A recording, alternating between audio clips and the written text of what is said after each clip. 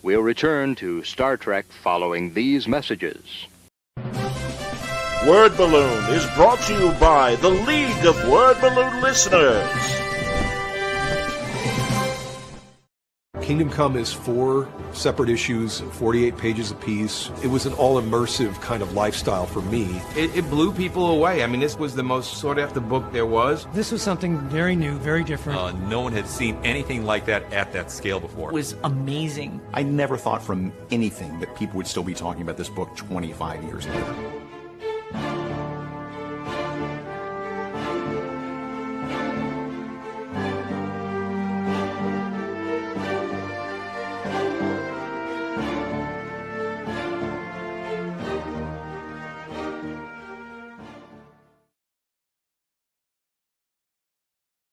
If you're here at Word Balloon, it's because you like comics, creators, conversation, pop culture subjects. Would you consider joining the League of Word Balloon Listeners? Patreon.com/wordballoon. For just $3 a month or more, you'll get exclusive access to the Word Balloon e-magazine, featuring transcriptions of some of my best conversations. When you subscribe, you'll also be part of the Word Balloon Book Club, where Brian Michael Bendis and I will pick a comic every month to review and discuss live with the League on this show. Join the League today, patreon.com/wordballoon. Thank you always for your support, League of Word Balloon listeners.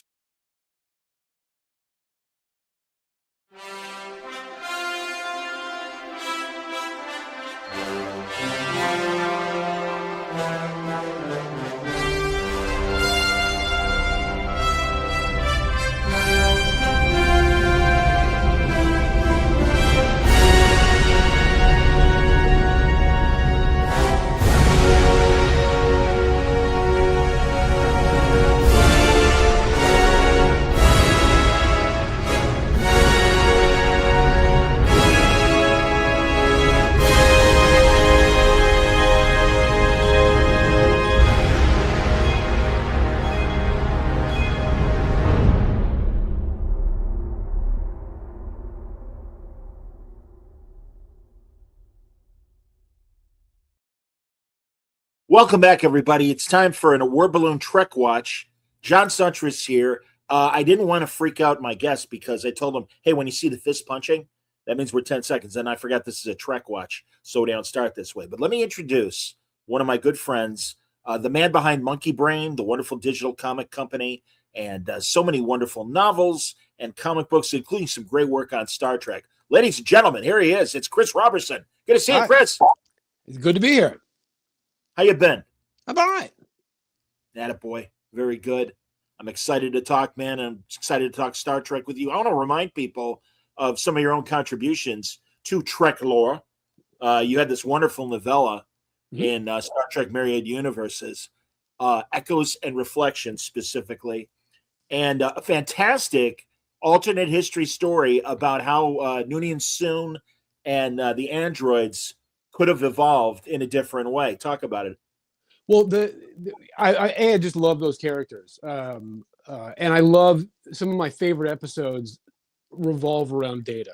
Like I think it's The Offspring, like that with Lol. I freaking love that one.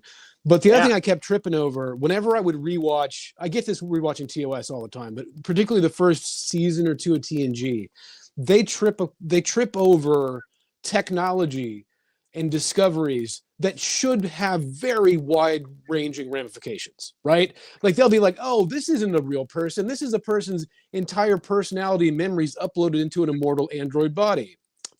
You know, that's a thing. That happens multiple times, multiple different times. And then they just don't ever talk about it again. Or like the Iconian gateways. Oh, we can just go anywhere. It's no big deal. Just take a couple of steps and you're across the galaxy. Oh, well, never mind. Let's go.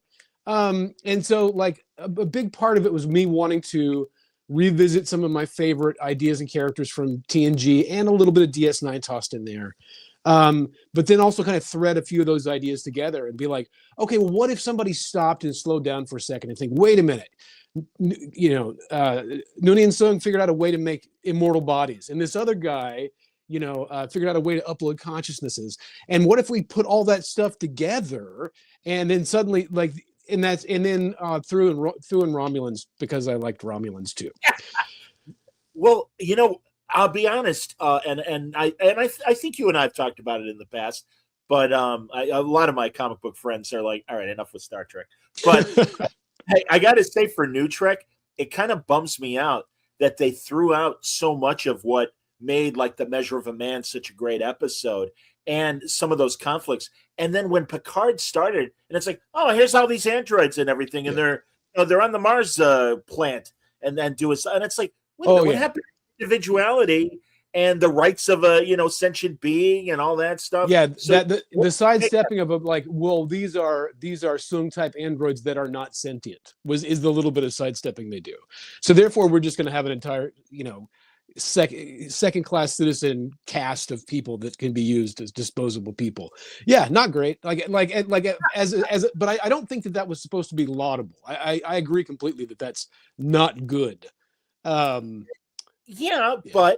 again, it's just, and it's seriously, Chris, and by all means, I'm not trying to change your mind if you like New Trek more than I do, but they beat their chest about diversity and good, because we need more diversity. And I think that's wonderful. But then they make these like dumb mistakes.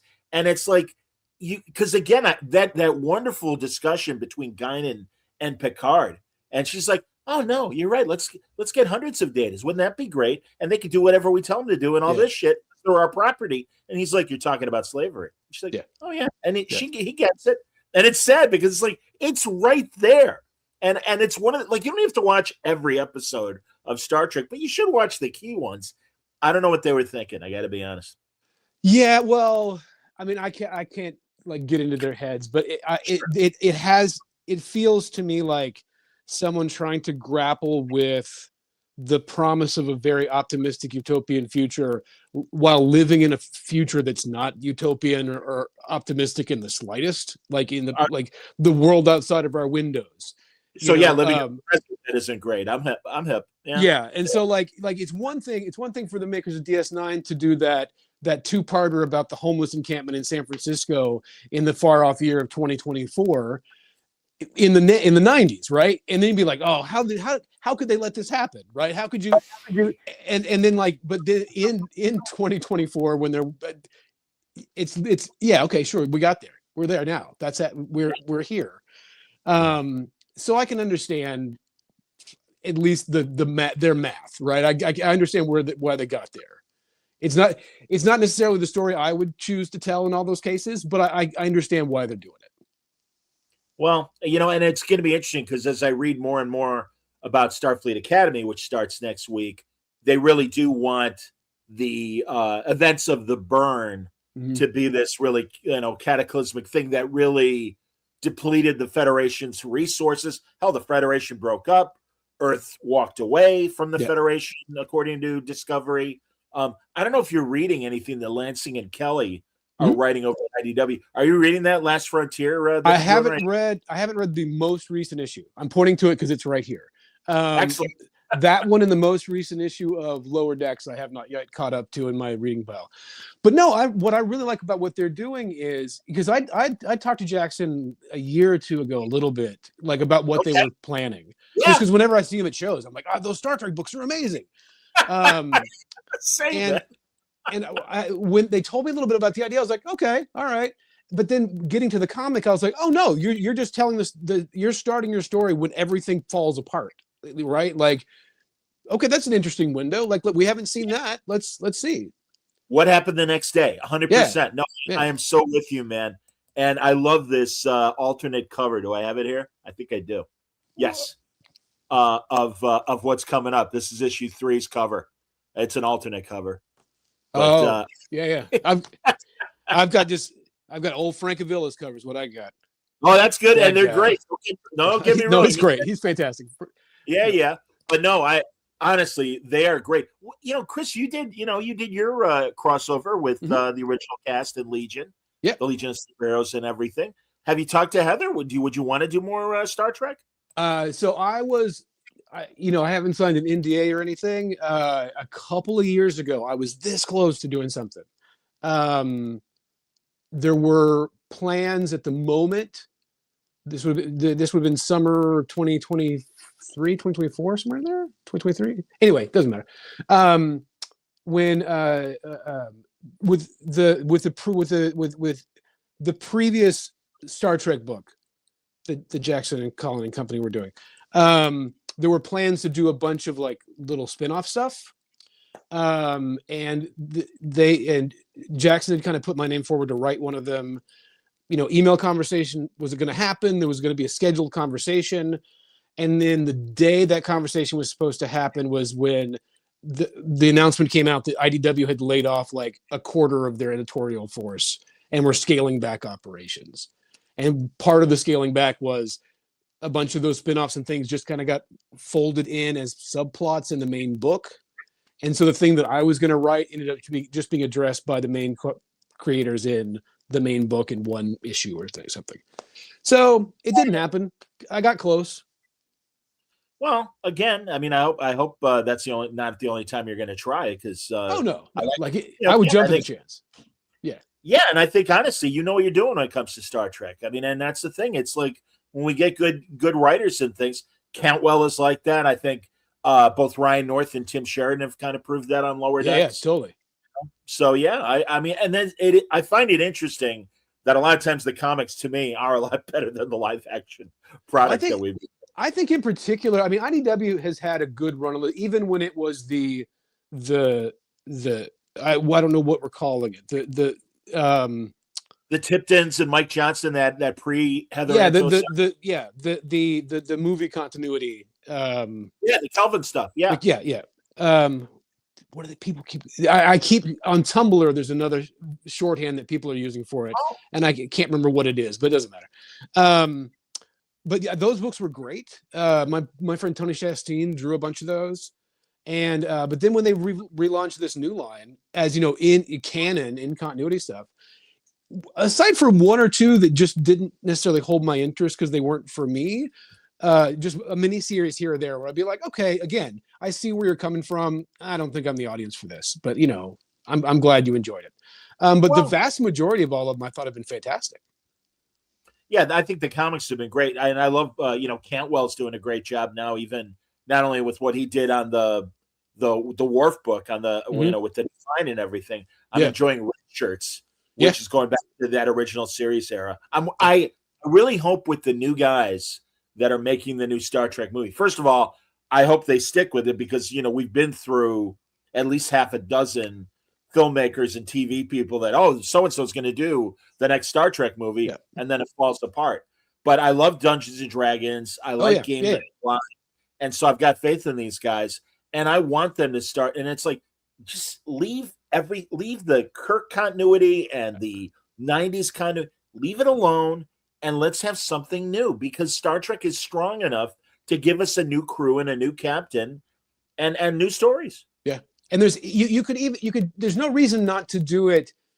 I mean, in continuity, there's huge gaps, centuries long, where you could just pick. Let's do it here. Like there's because I think just when TNG launched, I mean, it's less like a century past where we left off with the movies by that point.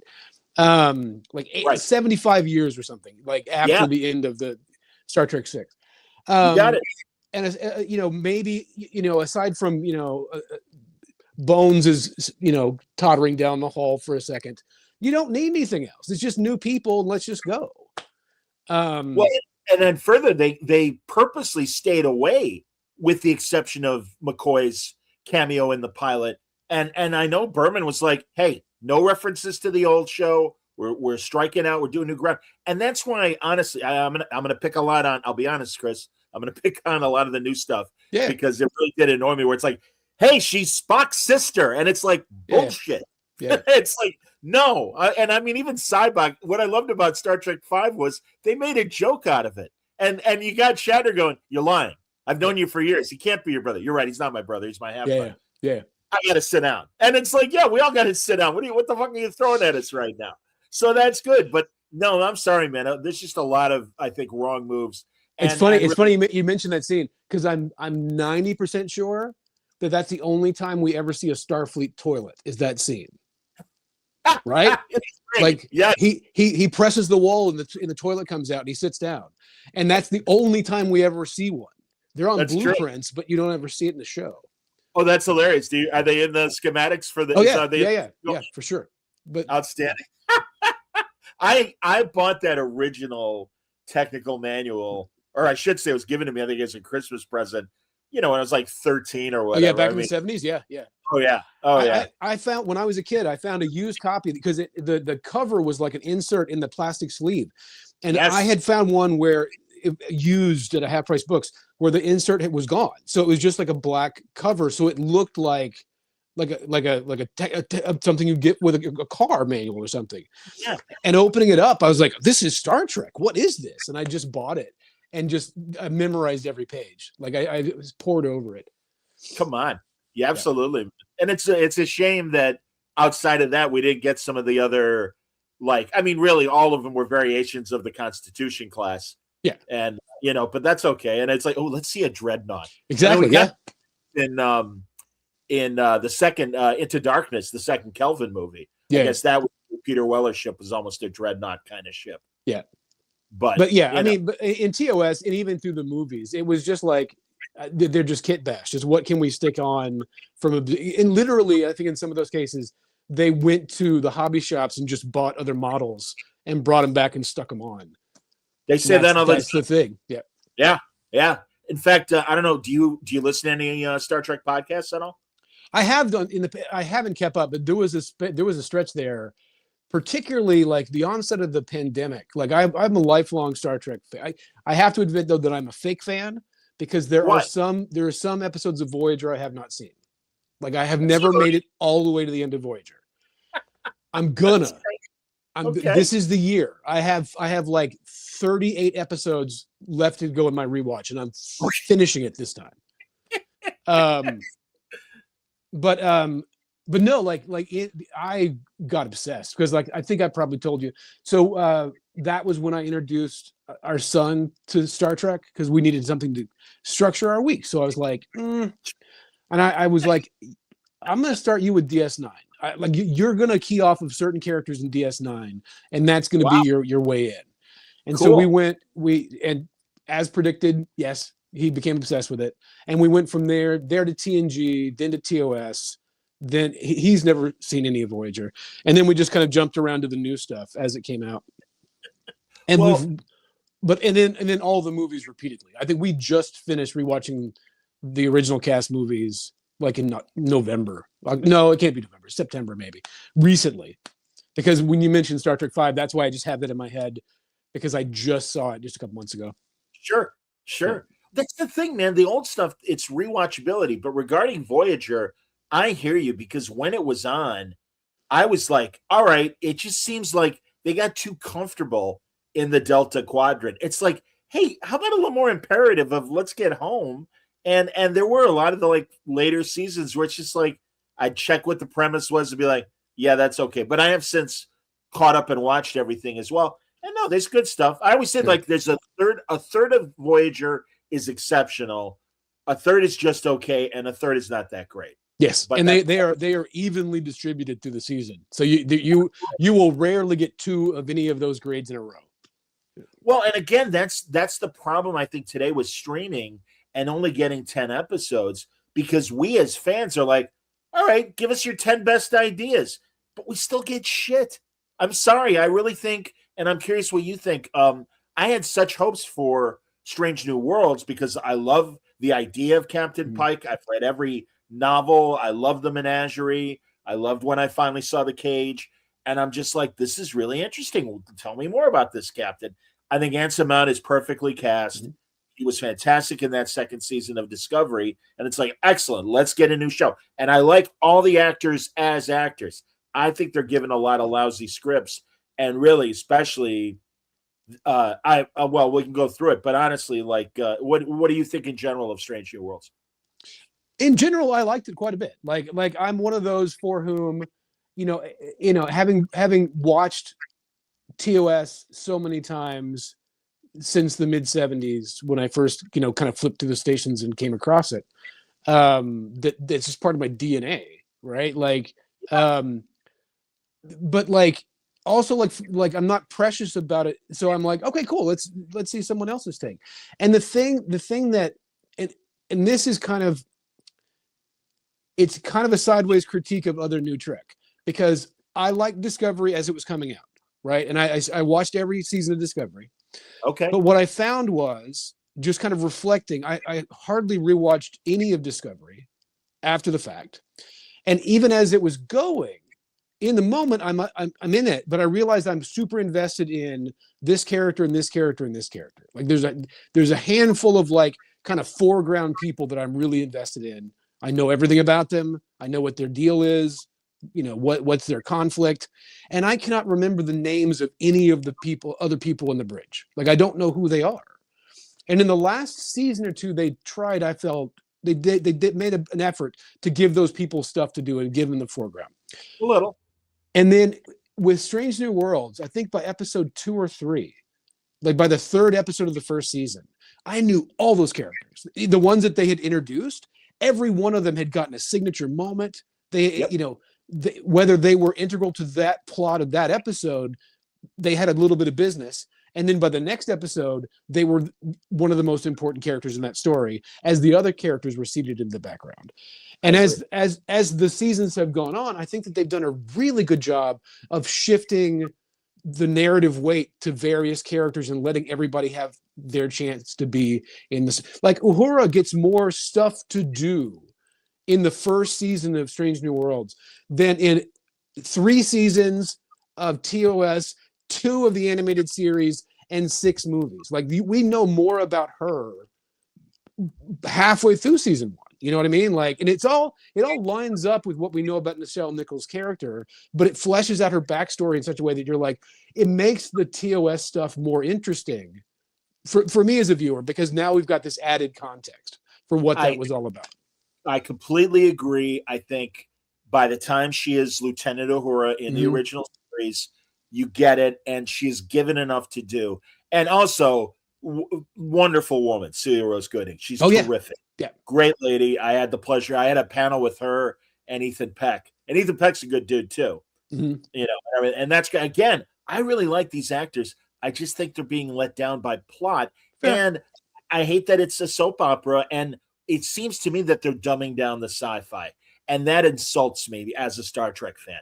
Got to be honest. Well, so yes, Chris, you don't have to agree. God bless you. No, I'm trying to think how to position this, because like it feels less soap operatic to me than, and again, I don't keep bagging on Discovery because I like Discovery, but Discovery and Picard to some extent both fell in this trap of it, in retrospect, having season-long arcs where everything has to be in service of a season-long arc.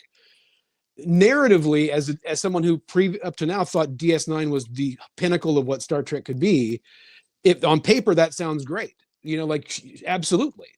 But what makes the season-long arcs in DS9 so great is you can you can step away and do an episode like Little Green Men that has nothing to do with anything else, and then come back to it, right? Or like there's incremental progress that happens all over while doing serialized narrative, whereas 100%. The rest of New Trek, with the exception of Strange New Worlds, became, here's what the season is about. You know, here is the big bad for the season and the thing we're going to do. And virtually everything has to be in service of that, or we're not going to pay any attention to it. I mean, the narrative isn't going to pay any attention to that thing. It's just happening in the background somewhere. That's their choice, Chris. And honestly, I think it's kind of like, oh, that's what TV is now. One story per season. And it's like, it doesn't have to be. Yeah. And there is still, I mean, I love that people refer to procedurals where we do get a new story every week. Well, that's old fashioned. It's like, well, it might have been old fashioned, but it kind of works. And also, if you want, like, in fact, new TV show, well, relatively new. They're in their, I think, 2nd season. Watson on CBS. Okay. And I watch it on Paramount. I don't watch it on our CBS affiliate, but my friend Jason Inman is a writer on the show, and I really like Jason. And I'm like, all right, I'll try it. And I'll be honest, I'm like, I don't know if I wasn't a big Elementary fan because they were just fucking too much. I mean, I love Sherlock Cumberbatch, but this I'm like, all right, we'll see. It's great. It's a great medical procedural. Mhm. And that's it. It's got a very house-like element to it in the best way. Morris Chestnut is great as Watson. Mhm. And then they introduced, and now I'm blanking on his name, the actor from the lead guy in the Full Monty. I can't even Oh, think. shit. You know Yeah, what I'm talking about. I know you're talking about. I can't. All right. Maybe somebody in the chat will know and or look it up for me if they would. I'd appreciate it. But Yeah, he's and you know, it's great.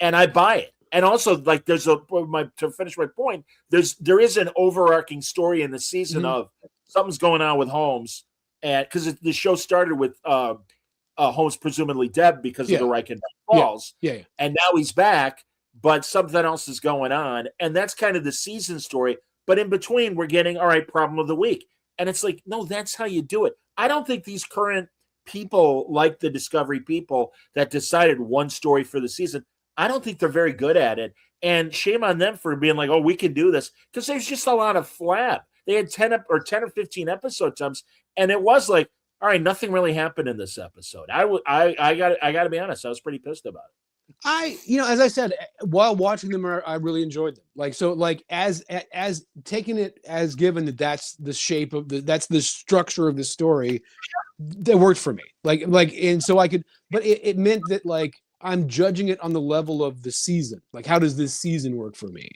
There were a few, there were definitely episodes in Discovery that were a little more episodic, right? It's moving the ball forward, but we're kind of staying here. And I think there's one in season 2 where they go down to there's Earth people that are descended from colonists that have lost contact, and so they're kind of Luddites, and so we need to go down to reestablish contacts with them. That was a good episode, yeah. And it's because Pike is there, and we get a little bit about Pike's dad, and Okoye, I think, is there, and we get a little bit about her backstory and his love of or the fact that religion was very important in his life and everything too. Yeah, no, so I think they could do it, but Discovery episodes, I completely agree with that. And I gotta say, like, just so like I feel, just so it doesn't sound like I don't like these shows, I like them a lot. Like all the stuff with the Romulans and Vulcans that kind of gets introduced in Discovery and then kind of elaborated on in Picard. I love the idea that the idea of carrying forward the reunification plot, with Nimoy from TNG. Like, oh, and we're going to pick up part 3 is now going to be in the 30th century or whatever. I was like, I'm here for this. That's great. Like, yeah, absolutely. They should be one culture again. Yes. See, I think they should get along, but I think that the divergence has made it kind of impossible, but let's find a way to live together. Yeah. Well, I misspeak. They're not one culture. They are one people with multiple subcultures. Yeah, I suppose you're right. And that's fair. But I got to be honest, when it became Navarre, and I'm like, all right, whatever. And, but you know where the name Navarre comes from? Tell me, Chris. The name Navarre comes from one of the first Star Trek fanzines in the early 70s. The Spock Kirk / stuff. It's a love poem. It's a Vulcan love poem where Navarre is according to this fan that wrote the poem, is this word that means two coming together to make one or something like that. And it's from like 1972 on a mimeographed Spirk fanzine, and they just found that and put that in the show and made it canon. That's amazing. Like I'm impressed. I will absolutely give it to them for that. So that's funny. That's cool. Like I've probably, one of the things that I'm on social media, but I tend to lurk on social media. I don't tend to put my head up very much. But I go to it for different things. So when I want to see what are my friends watching or reading and recommending, like I'll go on Blue Sky and people will talk about stuff. But if I want to see like what's the general kind of fan response to something that I'm enjoying, I'll go to Tumblr and look in the hashtags, because Tumblr has been left behind by all the moneyed interest. And so it's just like, it's like an abandoned mall, right? That the kids have taken over.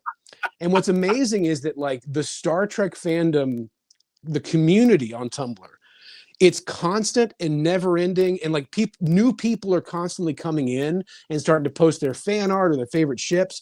But it's also all those ladies from the 60s are still there too. Like the most ardent fans of of TOS from those early pre-syndication days, who are now like in their 60s and 70s, are still Star Trek fans, and they're still there. And it's great to watch, like, kids like my son's age just getting into it, entering a community, like people like Diane Duane are still there. She's talking about her own work, but she's also still taking part in those conversations about Star Trek. God, maybe I have to go back to Tumblr and then check out some of this stuff. A number of the creators are still on there, and they'll answer the people that the writers on TNG and DS9 maintain their own presences there and will answer questions. It's great. Wow, because no, and again, I appreciate those people. Well, that's why. Oh, by the way, and Cooper, thank you very much. Robert Carlyle was Holmes on Okay. Watson. Yeah, Okay. He's very good. He's very, very good. Well, anyway, Star Trek wise, I don't like the people that push back and go, well, this Star Trek isn't for you. And it's like bullshit. Because again, you got the old timers as a classic example. I know that generationally, especially in that first season of Next Generation, there were a lot of the classic fans are like, this isn't Star Trek. But once it got going, and it took a couple seasons to really get their full sea legs, but there are good episodes in season 1 and season 2, and finally, I think a few there and there. And absolutely, man. No, out of 20 some episodes, there aren't a ton in that first season. But I think even in the second season, I was bummed that Gates McFadden wasn't there, but I love Diana Muldaur going back to classic, Trek and everything. So I like Pulaski. I thought she was all right, And again, Elementary, My Dear Data was in that Measure of a Man. You and I were talking about it. Were we talking about it on the air or off the air? I can't even remember now. Oh, you're frozen, Chris. Am I back? You're okay. Yeah, kind of. Maybe I was just zoning out. Maybe I wasn't frozen. Maybe I was just slipping into catatonia. I was just gonna say on rewatching TNG now, Pulaski, they're trying to do a thing like Bones and Spock with her and Data, but it just kind of comes off as racist after a while. Like she's a little bit too much. She needs to dial it back. I get That's it. true. That's true. It.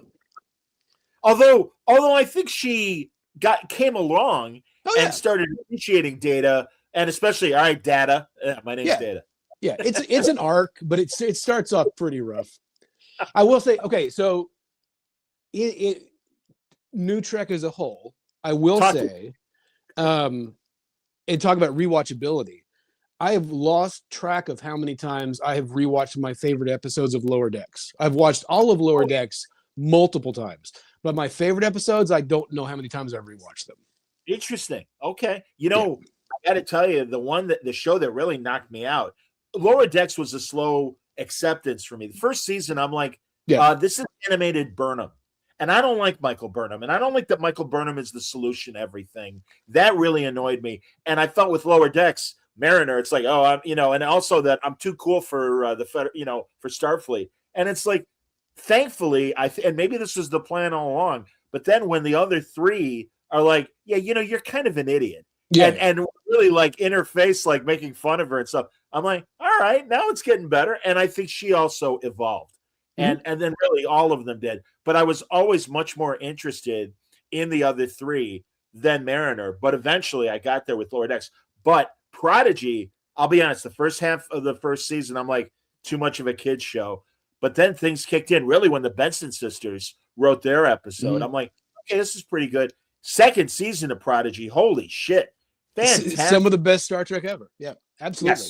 Yes. I feel like I have to give credit to the folks behind Prodigy because like that was a hard needle to thread because they needed to build a show that was for a young audience that knew nothing about Star Trek. And then the first half of that first season is introducing a Star Trek idea and a Star Trek technology or something in every episode. So in every episode, we learn one new thing about how we should be getting along and working together. And also, here's what a phaser is, or here's what a transporter does, or whatever. Yeah. Just incrementally. But then, man, by that, I think it's in the first season where they do the crazy, it's Time Amok is the title of the episode, where the kids get split apart and everyone's living at a different time scale. Yep. And Rock Talk is at the slowest scale. And the tragedy of knowing that she spent thousands of years on her own teaching herself science and engineering comes out of it a great engineer. But you're like, oh, that kid had to be on her own a very long time in the show. She needed to be older, and that's why I like her more in the second season. Yeah. Because I didn't believe, and again, that poor kid had to have such dialogue, such heavy dialogue. And it's just like, I'm sorry, I don't care if she's a prodigy or not. It should be beyond what sounds like a 7-year-old voice. And I'm sure she was a little bit older than that, but not much. But again, by the time the way animation works, by the time we got to second season, she literally was older. And then I bought her dialogue. And like you said, the experience of Time Amok, I completely agree with that. But also, God, they redeemed Wesley. They redeemed the outrageous O'Connor, who really wasn't that outrageous back in the TNG years. But that's like good for you guys, man. And especially like, God, they give Will Wheaton a shit ton of cool stuff. A hell of a lot better than Picard season 2. I have, yeah, like, so, I think, yeah. So through like weaving the Travelers in with Gary Seven and all of his handlers and everything, I thought was genius. Okay. No, I'm saying in Prodigy, like I love that. Sure. Because in Prodigy, that they're in Gary Seven's apartment, like that when they're hiding in the temple. That's what that is. Absolutely. Yes. The last minute addition of Will Wheaton into that one scene in Picard, I think was just because they realized very late in the process they could do that, and so I applaud them for taking the effort. But that was clearly not the plan from the outset, as opposed to Prodigy, where that's the idea from the beginning is that's who they're talking to. Well, even the way they handled the Gary Seven people making the Irish woman that played Picard's Romulan love interest and stuff. I don't mind them using the same actors. That's okay. But I just thought that storyline was a reach, unlike Prodigy, where I think all the Wesley Gary Seven stuff does work.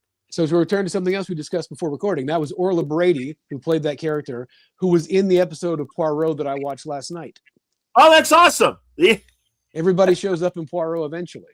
We were that's what Cris and I were talking about before we started and everything about how fun actors show up before they're well known for TV shows, and especially British TV. So yeah, I was saying Elizabeth Hurley was in one of my favorite 80s shows, Rumpole of the Bailey, well before the Hugh Grant relationship and when the world really knew who she was. Now, Angie has a question for you. He wants to know what it was like for you to mash up Star Trek and the Legion of Superheroes in your comic. It was literally a dream come true. When I was offered the job, I thought it was a prank. Because for years I was literally a card-carrying member of the Starfleet fan club in the 80s. And I was literally a card-carrying member of the Klingon Language Institute in the 90s. Like I had a laminated card that said that I had paid to be a member of the Klingon Language Institute, even though I did not learn to speak any Klingon, despite trying for a long time. The only Klingon I learned to speak, and I'm not going to attempt it because my pronunciation is horrible, is the phrase "I speak Klingon," which is a total lie because I didn't. And my party trick for years was that I could name the real name and home planet of every member of the Legion of Superheroes, just at demand. So when IDW approached me asking me what I had any. Hold on, I got to challenge you on that. All right, what? It's been years, so it's been years since I did this, but I'll try. Matter Eater Lad, perhaps. Tenzil Kim of the planet Benzol. Bismol. Bismol. Yes, all right, I remember that Bismol, of course, because it's like Pepto-Bismol. Yeah. That's why they call it that planet. That's right. Yeah. Go on, excuse me, I interrupted you, please. So they asked me if I had any affinity for those two things. And I was sure that it was a friend, it was someone who's, I had to play along in case it wasn't a prank, but I was just waiting to find out who had put them up to it. And then contracts came through and I got the job. So they basically let me choose which era, which version of Trek and which version of Legion I wanted to do. DC and CBS had worked out a deal where they wanted to do these, because they did crossovers with Star Trek and Green Lantern Corps and various other things. And so I was like, well, I'm going to set it with TOS because that was where I came in the door. and the Legion came from like 5 seconds after the Great Darkness saga was over. Like it was right, like that was for the team. And I managed to find a little. I picked exact moments, at least for me, in both of those continuities where these stories would take place. And then I never told anybody in case I screwed it up. There wouldn't be any errors. And then just got to go to town. Like I got to like pick and choose. And I wanted to do a story where it was like, well, if you put certain characters, if you put them up against Kirk and Spock and McCoy, it would just be kind of ridiculous. But who from Legion would make sense? And, you know, like we picked a cast and it made sense. And then the Moy brothers did the art and Phil Jimenez did most of the covers, but also like Keith Giffen did a cover. I mean, it was just insane for like a year of my life. That's Phil doing right there. And so beyond these 5, what other Legionnaires? Because there's Lightning Lad, there's Saturn Girl, there's Cosmic Boy, there's Chameleon Boy, and Shadow Lass, right? Yeah. And I think, if I'm recalling correctly, that's it. Like that's who we picked. Okay. Because we'd seen shapeshifters in Trek, right? And so like Chameleon Boy wasn't that big of a stretch. And sure. Saturn Girl worked because there were telepaths around. Sure. And Tasmia Malar of the planet Talok 4, Shadow Lass, manipulating darkness isn't that big of a stretch. But we'd had like green skin people, so we'd have a blue skin person. And it just made sense. The biggest step that I took was this is going to spoil the end of the first issue. If someone hasn't read it, this is going to spoil a comic I wrote 18 years ago. But the conceit was that the Star Trek universe and the DC universe they'd split off from a shared point in time, like okay, multiple world style. And that the point of commonality was an immortal guy who roamed around, who in one of those branches was Flint from Requiem from Methuselah, and in the other he became Vandal Savage. And so we just rolled the tape back, and then we threw a little wrinkle in the mix and created a third timeline where he became a little bit of both and had elements of both of those worlds folded together. And so 2 different time lost crews were dropped into a third world that was kind of what they recognized, and we could just go nuts with it. It was great. So I had like Tommy Tomorrow is the captain of a very kind of Enterprise looking ship, but it was like almost like Mirror Earth, kind of mirror world, which, you know, now just looks like us. It's just, you know, it's just Nazi shit. And so that's what they were doing. Which at the time we knew was bad, you know, like, but you know. Yeah, no shit. Exactly. No, that's just another point of view, Chris. What's wrong with you? No, it's just bad. It's just bad. Yeah, I'm hip. No, I agree with you, man. And just says really, he loved the fact that you put in you said the Trek Alien Fatal 5. Help me with that. What is he just saying that you used the Fatal 5 or no? So similarly, what we did is we took the structure of the Fatal 5, but we folded in different Star Trek alien types into each of those. And I'm not going to remember all the solutions we came up with, okay. But in every one of them, it was kind of like the DC Marvel. What's the crossover universe where the amalgam universe? It was that kind of thing where. Sure. Everything is like 50% Star Trek alien and 50% DC character, but recognizable as being that thing. Yeah, there you go. Gorn a Gorn Persuader. Okay. And now I don't remember the Persuaders in the Legion. Help me out. Persuader's just one guy. He had a big atomic axe. He was just a big guy with an axe. Okay. Yeah. I mean, the Fatal 5. Was one of the Fatal 5? Was he part of that group? Yeah, Persuader. Yeah. Okay. It's a young Jim Shooter's contribution to the Legion lore. So the Emerald Eye, Emerald Empress, or Mano, who's a guy who had a like fishbowl helmet, whose hand would melt through anything, or Validus, who was a big guy whose brain shot lightning, all that kind of stuff. Well, and wasn't there like the really big guy, but he was kind of simple. That's Validus, yeah. Okay, Validus. Okay, yeah. Excellent. And was Computo part of that group? Yeah. Or yeah. No, not Computo. It's not Computo. It's I'm a fake fan.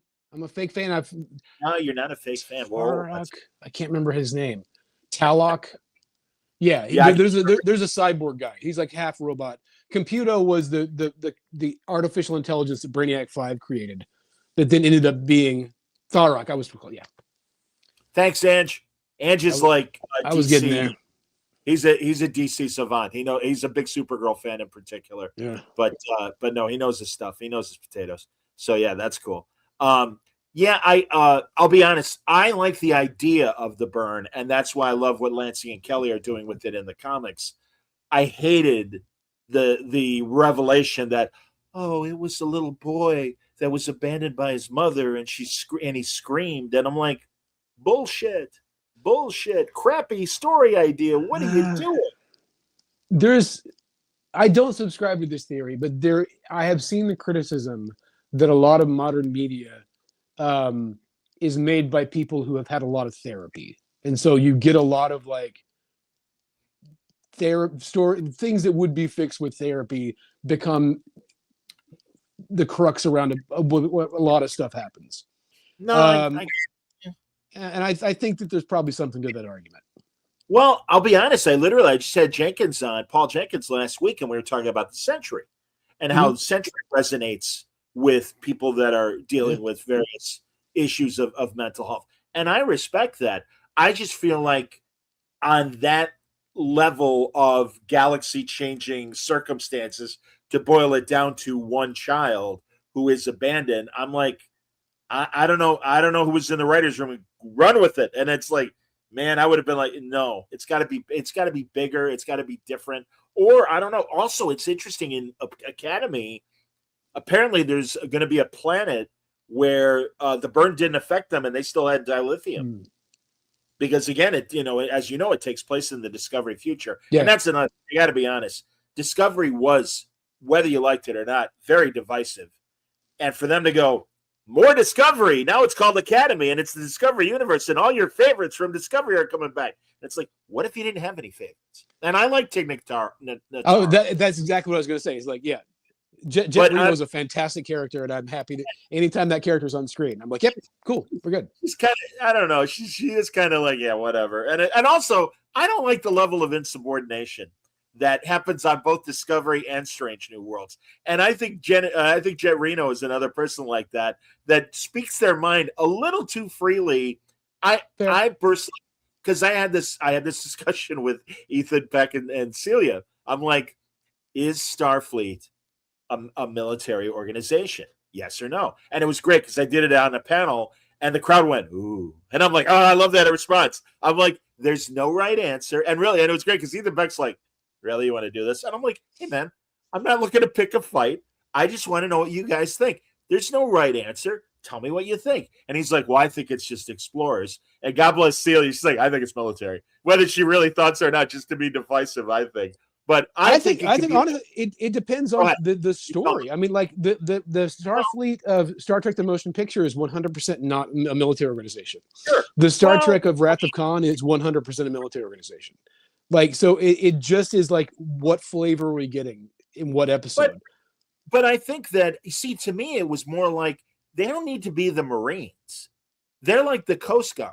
They're just there, again, and also that there is a hierarchy. I mean, God, the latest teaser promo for Academy, you see all the cadets, and they're like, duty, honor, and then I forget what the third thing is, and I'm like, that sounds pretty militaristic. And also, it is kind of a military academy, but I'm saying they don't have to be. They could be explorers, but there is still this hierarchy of, hey, he's the captain, or she's the captain, or they're the captain. They get to call the shots. And if you disagree, you can respectfully, sir, or ma'am, I don't think we should do X or whatever. But no, you get, especially Burnham, good Christ, before she was captain. No, captain, we can't turn left. Hey, Burnham, go fuck yourself. And why don't you sit in the brig for your insubordination? And my God, the whole first season and the Klingon War, good Lord, she's the reason the goddamn war started. And at the end, they're putting a medal on her. And I'm like, what? Well, in their defense, I feel like a lot of that is it's character arc stuff, right? Like, so like where she starts, she has to start here so that by the time you get to the end of the first season, Burnham delivers what I feel is a fairly stirring speech about what Starfleet is and what it's about, right? She delivers it weirdly to the wrong direction because the way they're filming in that kind of expanse kind of thing, the audience for her speech is behind her and she's addressing the camera. But the text of the speech I think is great. Like she said, like it's a very nice summation of like, here's what Starfleet is about, and really it's a distillation of what Trek is. But it's one of those things, and I've not seen these movies.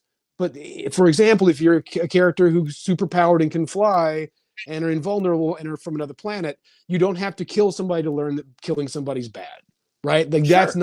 that's not necessary. But again, there's a kind of thought process in modern film and television that is really arc driven. So you have to start a character in one place so they can change to where you want them to be by the end. As opposed to Trek, like Star Trek captains started off fine. Like the closest that we ever got was Sisko had some stuff to overcome in the first season or so of DS9. But otherwise, he was an exemplary character. Other than that, it was more like where he stood in relationship to Starfleet and Picard in particular. But like, I feel like in the newer shows, there is this kind of need, and particularly in Star Trek Picard, where kind of like metaphorically, like the way the burn works, they have to ruin Starfleet off screen before the first season of Picard so that it can be redeemed by the end. Like Starfleet has to be broken in such a way that Picard has to go off on his own to save the universe, right? But which that's the story they want to tell. I'm happy to see them get to the end of it where, you know, Riker shows up with all the ships and everybody's friends again, and it's great. But again, there's this kind of the narrative demands of a character has to change. Therefore, maybe we start them somewhere we don't like him as much so they can get to somewhere where we do. I'm with you, man. But I would say in the case of DS9, there were character arcs like Kira. Oh, totally. Kira really pilot of like not really trusting the Federation and or Cisco for that matter again, thankfully had the opportunity to interview Nana Visitor about all this. And I'm like, man, what a journey. My God. And all the different changes. And also to be a survivor of an occupied situation, which obviously is more relevant than ever. And it's like, God, all the different changes and all those great episodes. And I think of a lot of others. So I hear what you're saying, but I also think that they were just very ham-fisted and pretty much as far as Discovery. I think in a lot of these arcs, it was too deliberate. It's too obvious. And I just think it's simpleton writing, frankly. And I'm the one saying it, not Cris. I think in this specific instance of DS9, which again, I've rewatched DS9 so many times, I don't know how many times I've seen it. It's less that the characters themselves change, is that the character dynamics change, the relationships between the characters change. Because I would argue that like Kira Nerys, who at the end is fundamentally the same character we meet, even in the flashbacks, right? Even in the Terok Nora flashbacks, she's fundamentally the same character, but how she feels about herself or her situation and how she relates to the people around her changes. It's the relationships that develop. I mean, I think probably Odo evolves the most of the characters because literally he's, visually he changes as the makeup gets better. Absolutely. But I feel like, what I could go on and on about DS9 because what's great about that show is that by the time you reach the end, certainly, but probably by season 4 or 5, you could really literally at random pick any two characters and you know what the relationship between those characters is. And we've had scenes with those two characters, or if we had entire episodes with those two characters, whatever random grab bag it is, the vast, web of relationships, almost all positive, but occasional negative, has been explored. And so by the end, it's a very tapestry seems kind of trite, but that's what it is. It's a tightly woven network of character dynamics that evolved naturalistically over time. Completely agree. And I mean, again, not only the main cast, but people like Garrick and people like Martok and again, had the opportunities to tell Andy Robinson and J.G. Hertzler and stuff. And it's like, man, what a character arc. My God. Yeah. And Jeffrey Combs and Wayoon. And no, man, I mean, these rich stories. And again, they had more real estate. I mean, they were doing 24 episode season or whatever. Again, I get all that, but I just think I don't think the right people have been writing modern Star Trek. I just don't. I know that they're out there because I'll point to a show like The Expanse where they are dealing with lofty sci-fi and other issues of supply and demand within a society and things like that. And it's, I don't know. Again, I just feel like we're getting really simple stories. Tell me what characters in Discovery you liked. Well, again, like I said, the thing about Discovery is I felt like I didn't get to know the background characters very much. Like I got to know Tilly is great. I think Stamets is great. I like Stamets. Yeah, and again, Jet Reno is fantastic. I liked the idea of the vast majority of the bridge crew, and when we did get moments with them, it was cool. But I felt like even by the end, I didn't know them that well. You know, like they were just. Yeah. Well, and I mean, I understand. You're like, well, yeah, but our focus are on these other people on the ship. But it's like, yeah, but all the action happens on the bridge. And there were just too many action scenes where it's like, and I love that first episode of season 2 with Pike, where he's like, hey, let's go around the horn and you all introduce. I don't know anybody. It's like, yeah, neither do we. So that's a good idea. Well, I think the fundamental problem. Okay, so Lower Decks kind of needles this a little bit, and they do I think 3 holodeck movie episodes. Yes, where they kind of skewer the way that the movies distort the Star Trek dynamic, because in the movies there always has to be a villain, like there has to be a main villain, there has to be a big action plot, and things that don't normally fit comfortably in a Star Trek framework. And the problem with, well, I mean, you could make the case that the same Picard has the same issue, which is that Discovery has a main character. Like no other Star Trek has a main character. They're all like ensemble dramas. You're right. With maybe a person who pulls a lot more focus than others, but isn't the main character. It's the person in charge. So Janeway's in charge, but she doesn't carry any more narrative weight than anybody else on the Voyager bridge. And I mean, Kirk, you could kind of make the case that in the early days of TOS, Kirk is the main character, but pretty quickly, like as soon as they saw how good Leonard Nimoy was on camera in that makeup, he started getting a lot more screen time. Absolutely. But with Discovery from the jump, Michael Burnham is the main character, and we're following her. And it's almost, she's not exactly a POV character, because we do get scenes with other characters where she's not around, but not many. Like most of it's her. Well, and also like in the beginning of, I guess it was the 3rd season when they make the jump, and they haven't found Burnham yet, and there's that big like crew dinner scene, and they're all talking about Burnham, and it's like, good Lord, you have lives other than this woman that you're all orbiting around. And also, by the way, I love Michelle Yeoh. However, I'm sorry, I was never a fan of Mira Giorgio, and also to make her the focus of Section 31. Did you watch that movie? That was shit, man. I did. That was shit. It was just bad. So this is what I'll say about the Section 31 film. Please. So Michael McMahon, who's the showrunner on Lower Decks. Yeah, he's great. I'm going to misquote it. This isn't a quote; it's a paraphrase. But he basically says something along the lines of like, even bad Star Trek is still Trek. There's still something in it that he can. So he can watch any given episode of. I'm always going to be bagging on Voyager, but he can just turn it on, and even if it's one he doesn't like, there's still Star Trek stuff happening. And with Section 31, it was a very low quotient of Star Trek stuff happening in that. But I watched it. I bought it on Blu-ray. I've got it on the shelf. I did. That's all right. Yeah, that's all right. I don't know when I'm going to be watching it again, but I like that I have the option.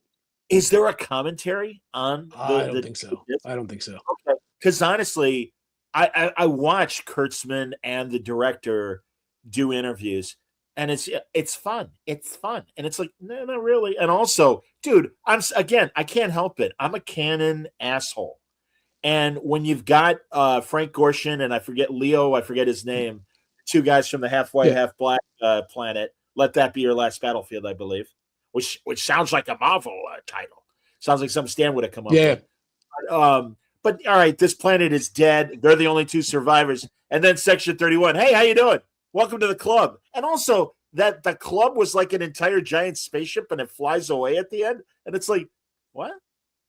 And I just everything about, and also like they have a Delta, and I'm like, oh, that might be interesting. Gone before the first act is done. It's like, well, all right. The issue it's not an issue, but like the concern I have is that in Deep Space Nine, there's the strong possibility exists that Section 31 could just be this one guy.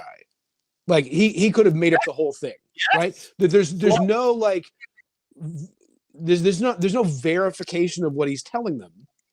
And at the time in the 90s, it was kind of understood that having a secret black ops part of your government that was doing, assassinations and shit was bad.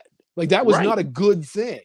Right. And Bashir is like, oh no, I want nothing to do with this. Bashir, who's dreamt of nothing but being a spy since childhood, is offered the chance to be a spy. And he's like, oh no, I want nothing. And he immediately goes to Cisco. Like in the same episode, he makes a beeline for his captain. And he's like, there's this guy. And then, for 25 years later, for now, it to be that there was a moment in history where everybody in Starfleet knew that there was this thing. Listen, Rachel Garrett, that's amazing. I was like, okay, that's cool. Like seeing a young Rachel Garrett do stuff, awesome. Sure. I'm there for that. Well, I was there for that too, but the execution was shit. But I have trouble getting my head around the Section 31 just being a CIA that everybody knows about. I completely agree with that. And again, started in Discovery, and they have the black badges and all the ridiculous stuff. And it's like, or even they have a secret headquarters. But even there, it was meant to be a secret, though. There was a plausible deniability in Discovery, where at least now, okay, we're verified that there is a secret black ops part of the Federation, but nobody knows about it. As opposed to like Rachel Garrett is on loan from Starfleet to Section 31. Yeah, I don't know. And again, they just shoved too much in there. It could have been a simple caper. And also, everything is either revenge or galaxy destroying thing. And again, I point to their lack of imagination or thinking, because think of all the great bottle shows that we got from the other previous series, and again, moments for character that I just don't think these shows have taken advantage of. I really don't. I think, and again, I keep going back to Lower Decks. There's something about the process of doing animation requiring so much planning in advance.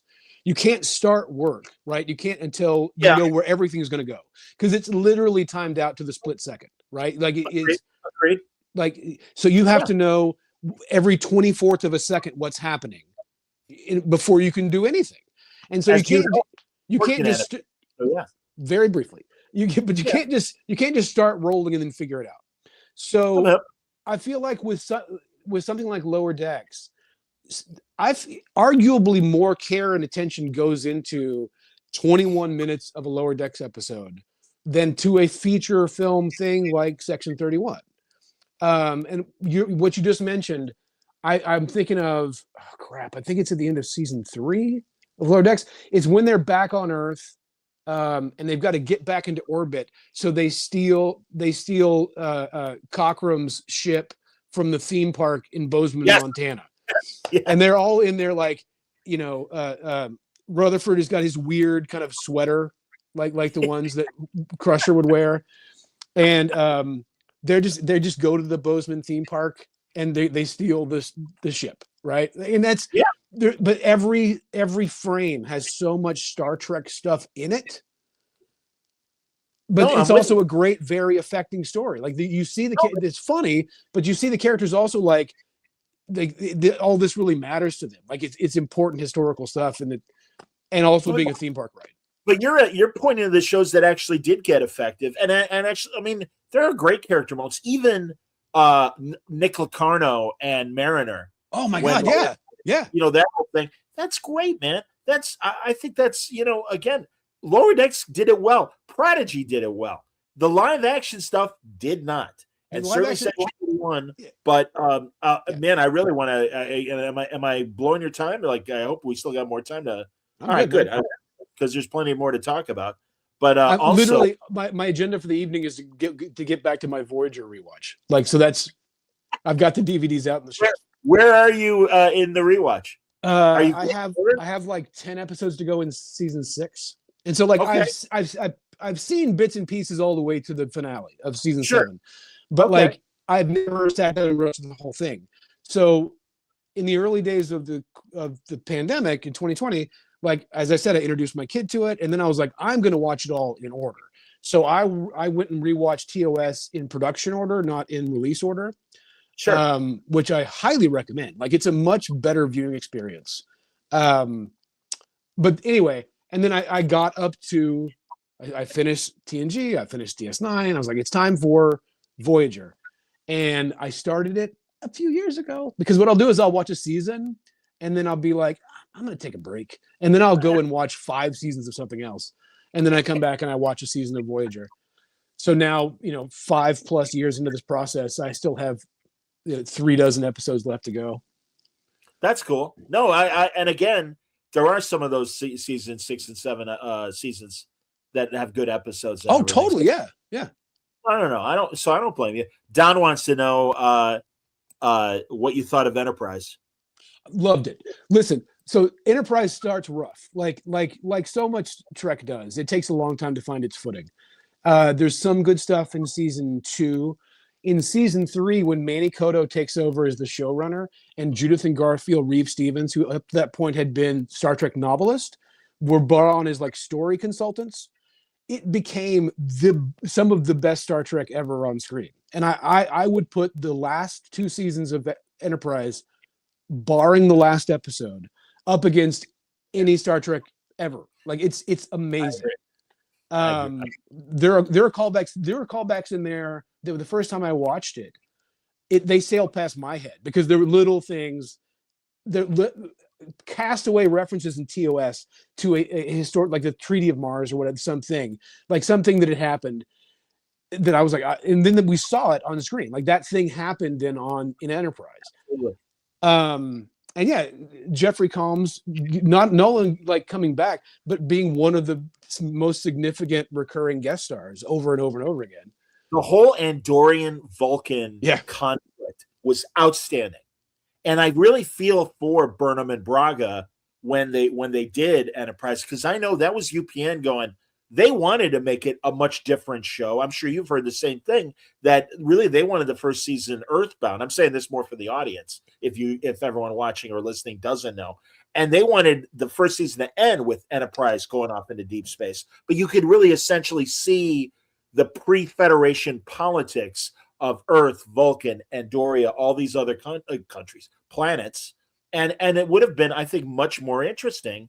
But instead, we got what we got, so they pushed him off into space. And yeah, and I understand the complaint by some. I don't know if Don felt this way, but that a lot of these stories are just warmed over Next Generation or Voyager with this crew, and also they got boarded like every other episode. But other than that, there's a lot of interesting ideas in Enterprise. I just remember at the time, like, so I mean. I've been a Trekkie since the 70s, right? And so, like, as you were saying, when the first season of TNG, I was surrounded by people who were like, "What is this? This isn't Star Trek." And I feel like there's a meme or a cartoon that goes around like every time there's a new Star Trek. Like there's a vast contingent of Star Trek fans who hate it. Like that, no one hates anything as much as Star Trek fans hate the new Star Trek, whatever it is. But at the time, I remember. Young people are not going to know what Maxim magazine was, but there was a real vibe of like, that's the audience they're going for with Enterprise. because we have to have the gel every time we get back on the ship. Everybody's got to take off all their clothes and rub each other up with blue gel. Well, even after Jerry Ryan made such a splash in Voyager, all right, we need a hot babe. Got to have a couple hot babes. You're absolutely right about that. It is very Max. It's very House Forum. Yeah, time to oil up. It's got back for and that's the network. That was the network pulling that shit. Yeah. And it's like, we need a little more TNA and everything. And it's like, man, you again, well, good Lord. And I'm kind of glad that he's no longer part of CBS. But, Les Moonves, the guy that greenlit Discovery, he didn't know science fiction. He's like, oh, Star Trek, that's the one with Darth Vader, isn't it? No, it's not. No, it isn't, sir. That's wrong. Yeah. I mean, so, I see the discussions because I as I said, I follow on social media. I'm lurking, and so I'll see a bunch of discussion about, oh man, what is it called? Star Trek. It's the theoretical show that would bring Bakula back as the president of the Star Trek.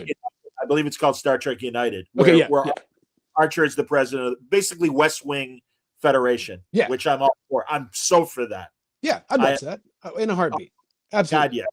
And Mike Sussman, he was a good Enterprise writer, and also, you can't help but like even Dreamcast, and it's like, hey, bring Anthony Montgomery back, because if any member of that cast got very little screen time or story time, it's him.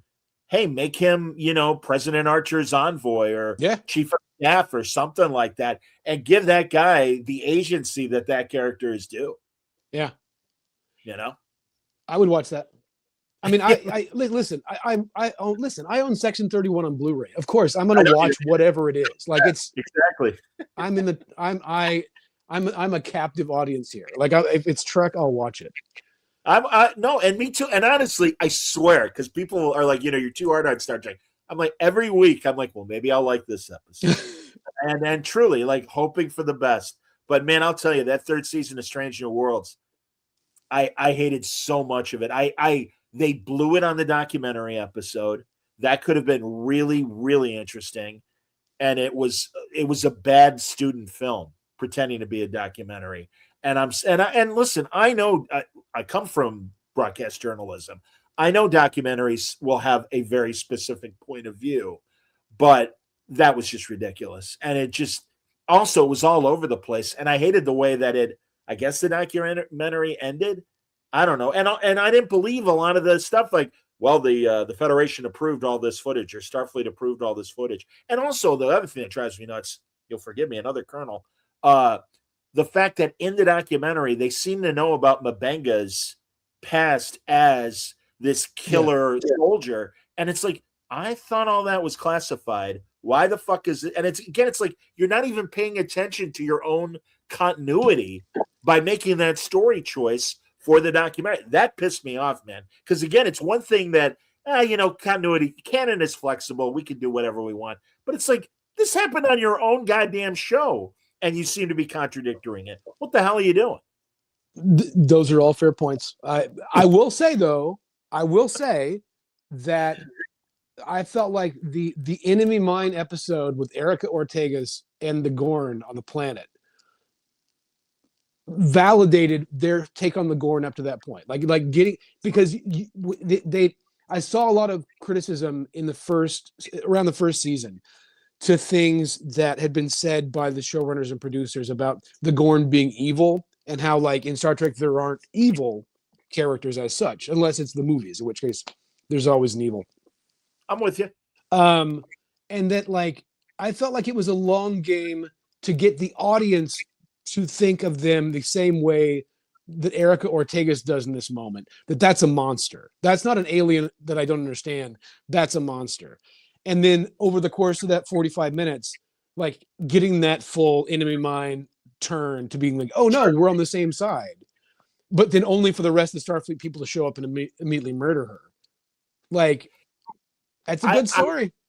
I agree with all of that, except for the fact, and again, it's their fault for making it the Gorn. They should have made it a different species, because where I think the two areas of that specific episode where I felt they failed is when, and I can't remember the name of the bald alien race that shows up, and we're gonna change reality, and you're not. Yeah. It's the guys from Arena. Yeah.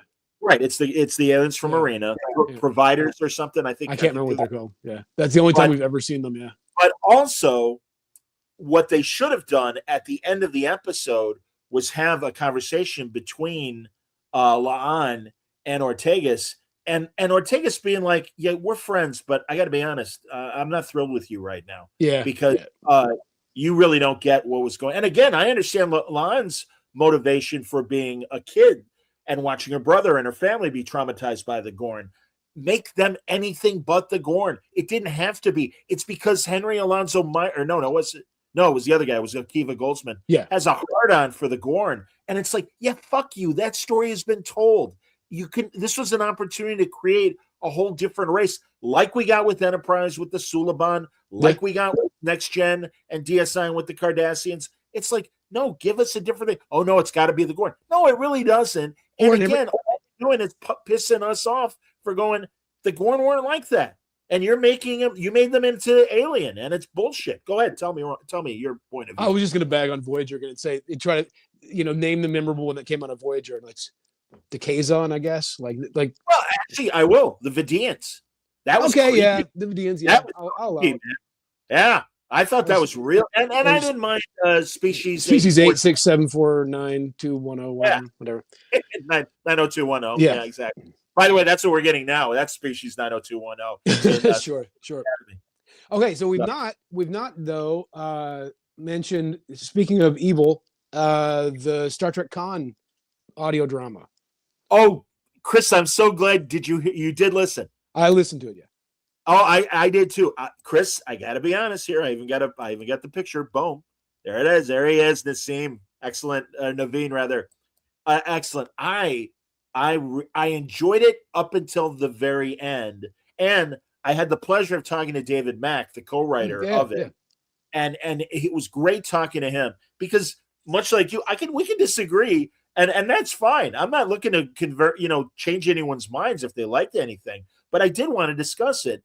And man, I really would have liked to have heard Chekhov because I liked that idea initially of the historian going, SETI Alpha 5, SETI Alpha 6, there's only 5 planets. Did they forget how to count? And that's like, that's valid. What the hell happened? And I don't know if you heard my interview with David. I did not. But he had a real science thing of that, essentially that SETI Alpha 5 and 6 had common orbits.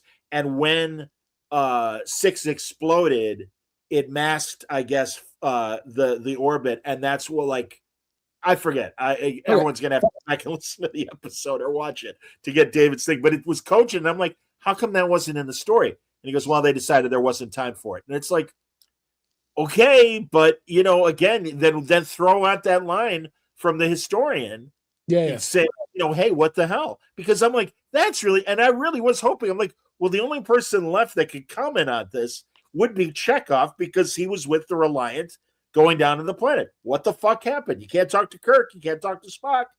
Let's talk. And again, we've already got Sulu. So I'm like, oh, this would be a great opportunity. So I mostly liked it. Tell me what you thought of it. Forgive me.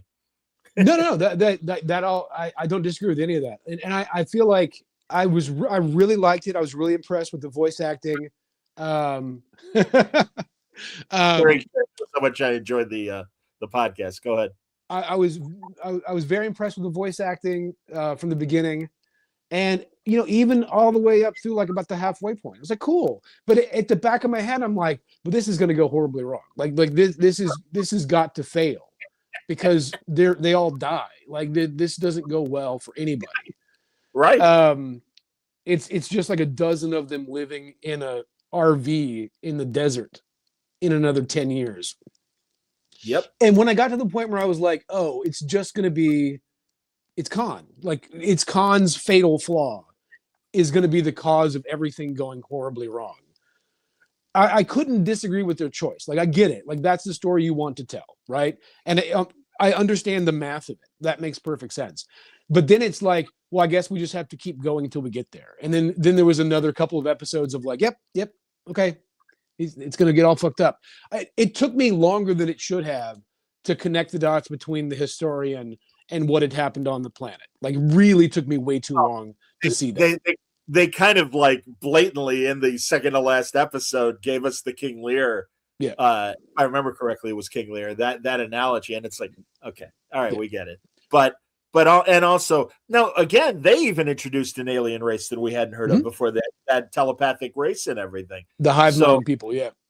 All right, I got to ask you about 4.5 Vulcans from Strange New Worlds, because Chris, I'll be honest, I didn't, and I was really impressed and surprised in a good way that the younger fans are like, hey, not cool, because of the unintended subtext of be happy with the way you were born and accept it. And it's like, well, there's a good portion of society that obviously will make the choice to change gender, and you can extrapolate that analogy.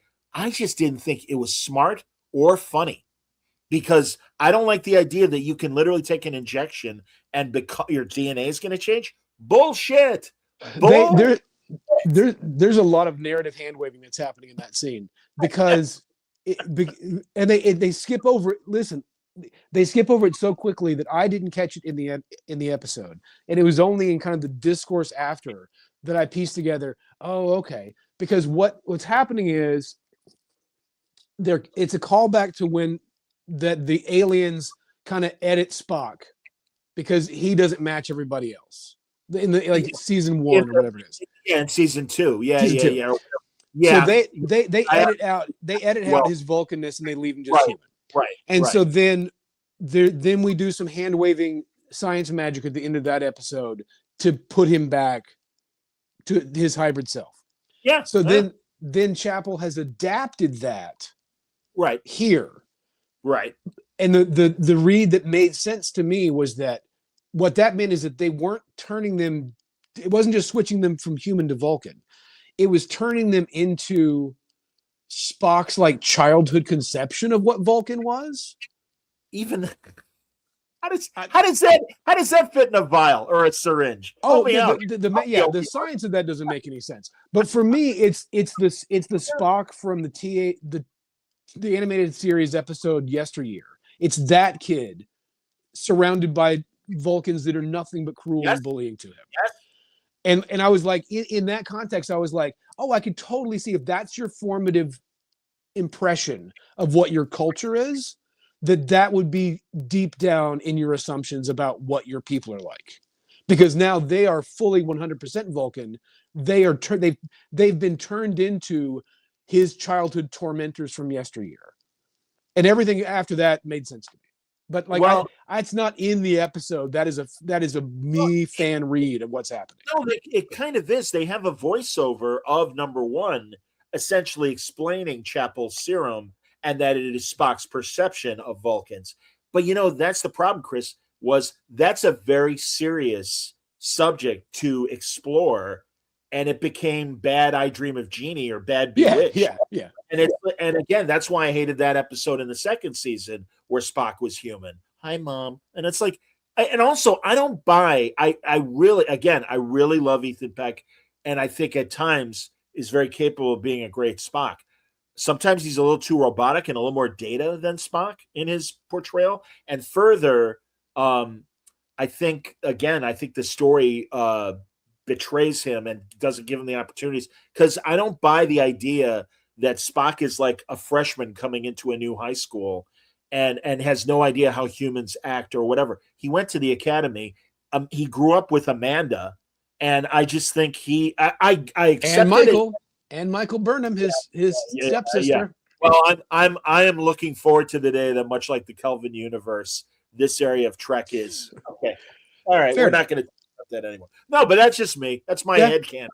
So no, the nice thing about Trek is that you can really kind of pick and choose. And what's nice is I will say this, and Michael. So those old scientists, the episode, the crossover. Yeah, the crossover, sure. Yeah, there's so much Star Trek Enterprise in that episode, like going back to Enterprise, because when the whole thing that the story revolves around is finding this piece of the original ship that's underneath the deck in engineering. Right. And when you get, I think it's Erica and Uhura maybe talking about um, uh, uh, the various bridge crew members of the NX-01. And then you see Boimler and Mariner are like, oh, they're doing the thing that we do, but about the generation before them. Sure. It was a farce episode, but it was so great to like have those characters be fans of Yes. another show. Yes. You know, like it was like, oh, that's awesome. Like I love that. I loved the crossover. I loved how great Quaid and now I'm forgetting what Mariner's real name is, the actor that plays Mariner. But no, I bought them as their real life versions. Oh yeah, totally. And that's where the comedy worked. Comedy absolutely worked in that episode. 4.5 Vulcans, it didn't work for me. I didn't think it was very funny. I thought they were trying to milk laughs. I forget at one point when they're all in Pelia's quarters trying to figure out how they're going to deal with the converted Vulcans, and Spock says something, and then number one says so, and then she kind of gives a like duh kind of face, and it's like it wasn't that funny.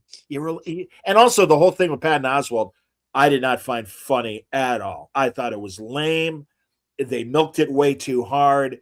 It just, again, I was not offended by the story. And again, forgive me for those who were. It was beyond me of what they read into it. Like I said, the earlier thing about being satisfied with what you are, with the way you're born. Yeah, that's not a great message. And again, I really hate how the current the main producers, they really are like, hey, we're all about diversity. We're really important. We're telling important stories here. Well, you fucked up on this one, dumbasses. And again, I don't think they did it intentionally, but it's like that's a big. Even the most ardent Trek lovers of the younger generations are like, yeah, that wasn't cool. And they were kind of, and again, they also were like, we know you didn't mean it, but you really fucked up on that one. And I'm like, well, for trumpeting as hard as you do about DEI and how important it is to you, you really didn't show it that time. And given that you only have 10 episodes, you should have done better, and you should have thought harder. So sorry, I do have a little more like, no, you fucked up, and you got to own that one. That's me. What do I know? Fair enough. Yeah, I hear you, buddy. I know. I'm off my soapbox again. But yeah, and again, I was cool with the Gorn episode with Ortegas and Enemy Mine and everything. It's okay. That's Hell in the Pacific, man. Yeah. Lee Marvin and Toshiro Mifune. World War II, same thing. It's a great structure, yeah. Absolutely. So, can't help it. What else can I tell you? What else can I pick on about new shit? Another thing I don't know. Well, I got to tell you, have you been watching the trailers for Academy? I've seen a couple. As I said, I don't currently have a Paramount subscription. I'm literally going to turn it on the day before so I can get my 2 months for 99 cents a month and then turn it off after. Sure. Because I watched on DVD, man. That's how I consume my Star Trek. That's cool. But I don't want to know any more than I already do, because one of the things that's kind of bugging me, and this is kind of been a recent trend, and Trek has done this for a while now, where rather than like a trailer or even a teaser of just disjointed images, they'll just show you like a 3-minute clip of a show. Like, and I saw the 3-minute clip of Paul Giamatti walking around on the bridge, and I'm like, okay. that's a whole ass scene. I don't need that. Like, because now when I'm watching the show, I'm going to be waiting for, when's Paul Giamatti going to show up and walk around? Because I've already seen it. Sure. You mentioned 4.5 Vulcans. Shit, we saw that scene of them walking down the hall. I want to say like a year and a half before that episode. We did. Yes, we did. So just let me watch the show. Like, I don't need it. I mean, no, I expect that. It has Star Trek in the title. I'm gonna watch it. I'm good. I'm like that with most superhero movies. I don't want to, even these current Avengers Doomsday trailers. I'm like, that's fine. I'll because those are just scenes. Yeah. Which is why, completely different subject. I was so like James Gunn's Superman. I've seen it now 4 times. The trailer for that was so masterfully put together because they had scenes all the way up to like the last act, but without context, you have no idea what the hell you're looking at. So like there was never a point at which I was like, well, when am I get to the spot where the guy's flying and he gets punched and his teeth come out? Like no, I was just like, I'm in. Like I'm here for the ride. I have no idea what's going to happen next. Couldn't agree more, man. And again, I had every intention, because if people don't remember, Cris wrote a fantastic Superman story Oh, thank you. out of the bones of JMS, starting that story, and Cris having to finish it. And he stuck the landing, and it was given. It's kind of like Indiana Jones in Temple of Doom, where all of a sudden he comes in the cockpit, nobody's flying the plane, so Cris had to fly the plane and then land it. And I'll take that. Yeah. Absolutely. Thank you. Thanks very much, man. Yeah, absolutely. But no, I agree with you. I love the Superman movie, and that initial trailer of him hitting the ice and Crypto saving him. And I am such a Crypto. I mean, I was the right age, reading, as I'm sure you were too, where it's like, oh, he has a dog. Oh, that's great. Yeah. I wanted my dog, our family dog, to be named Crypto. I was voted against it, but that's all right. So, and it was a little white dog. That runs completely counter to what I just said, because that one teaser that was just the first 2 minutes of Superman, it was the first 2 minutes, and they told you this is the first 2 minutes, and so I was like, cool. Like, not that here's random 3 minutes from somewhere in the middle of the story. This is where it starts. Yeah, I was so overjoyed when that worked out and that movie was good, and I can't wait to see what they do next. I'm here for all of it. Yeah, man. No, I was talking to Tom King today on the phone, just us casually talking, and I'm psyched for Supergirl. I think it looks great. Yeah. I'm psyched for Lanterns later this year. They got the right guy in charge. They have the right guy in charge. I think Gunn really. I loved Creature Commandos. Did you watch it? I've watched it now 3 times, I think. Yes, yeah. And also, I got again. You and I growing up with Saturday morning cartoons. Thank God we have adult animation finally in America. Japanese have had it for decades, but it's like finally in like the last, it seems like 15 years or so. Because I always remember when Paul Levitz was announcing the first direct-to-video animated movies we were getting, and I think it was Superman Doomsday or whatever. And people are like, we're going to get the Judas Contract, and Dark Knight Returns and Reign of the Superman. And he's like, well, I don't know, and some of those stories might be a little hard. We want it to be all ages and everything. Now they don't care, man. Hey, we get R-rated cartoons, and it's like good, because there's enough of an adult audience that I think it is good that they do. I loved Creature Commandos. I thought it was excellent. Likewise. And I love, this is very, very off topic, but I love that Gunn is so committed to casting actors that can be voice actors for an animated show and be that character in live action. So when Rick Flag Sr. shows up in the second season of Peacemaker, it's the same guy that we just had in Creature Commandos. Absolutely. No, I'm with you, man. And and that was fun. And I'm okay with, where season 2 ended with Peacemaker. And it's like, well, it's going to be resolved in Superman. It's like, okay, I'm cool with that. That's fine. It's comics, man. Yeah, that's where he ends up. Absolutely.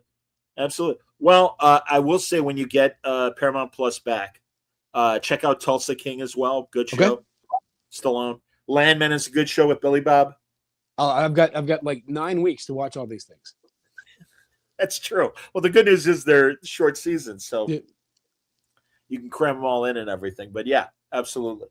Dude, this was great. And Don's asking, did I miss Cris talking about the Star Trek work he's done? Yes, that's at the beginning of the show, Don. That's all right. That's why rewinding is our friend. And you can enjoy some excellent conversation about things like this wonderful novella that's in Star Trek Myriad Universes, Echoes and Reflection. And from IDW, you can get the Star Trek Legion of Superheroes crossover that Cris wrote. So there you go. It's all true. It is all true. Dude, good hangout. I appreciated this. It was great. It was great chatting with you, man. As always. No, I thank you. And please come back. And hope anything coming up that I can talk about? Yeah. I don't think there's a bunch of stuff in the works, but I don't think anything's been announced yet. No problem. Lots of really talented people are drawing things that I wrote the descriptions of. Wonderful to hear, man. That's excellent. Whether it's BPRD, DC, have you ever done Marvel? Never. I didn't think so. Never cracked that nut. But yeah, I mean, never say never. If asked, I would be willing to serve. I've got a Bloodstone story in me somewhere, I'm sure. I respect that. Ulysses or Elsa, whichever one. That'd be good. Regardless, also, Cris has some great novels out there as well. And and Edison Rex, wonderful book that he did at Monkey Brain. Fantastic story, kind of a Superman-esque story, a Luther Superman-esque sort of story. That was Dennis Culver drew it. Yeah. There we go. Yeah, there you go. See? Every now and then the weed doesn't take away all my brain cells, The most recent thing is probably Shadow of the Golden Crane, drawn by Mike Oming, published by Dark Horse Comics, which has got Hellboy in at least 3 of the 4 issues. Outstanding. Thank you, Cris. Thank you, everybody, for watching and listening. I'm trying to do the math. I'm off tomorrow. And what am I doing Wednesday? I'm doing a scene missing on Wednesday of Anatomy of a Murder with my good friend Dan McNeil. So that'll be coming up on Wednesday. And then we'll see what we can do on Thursday if we do something or not. Next week is already filling up. Brian Bennis and I will finally do our book club, and we will be discussing Parker, the first Darwin Cook story arc that he did for IDW. And I think it's The Hunter, but it's definitely volume 1 of Parker. And Tom King will join me next week as well. So we're already mapping out January, everybody. So thank you, Cris, as always. And thank you, everybody, for watching and listening. Until next time, everybody stay safe, stay happy, stay healthy.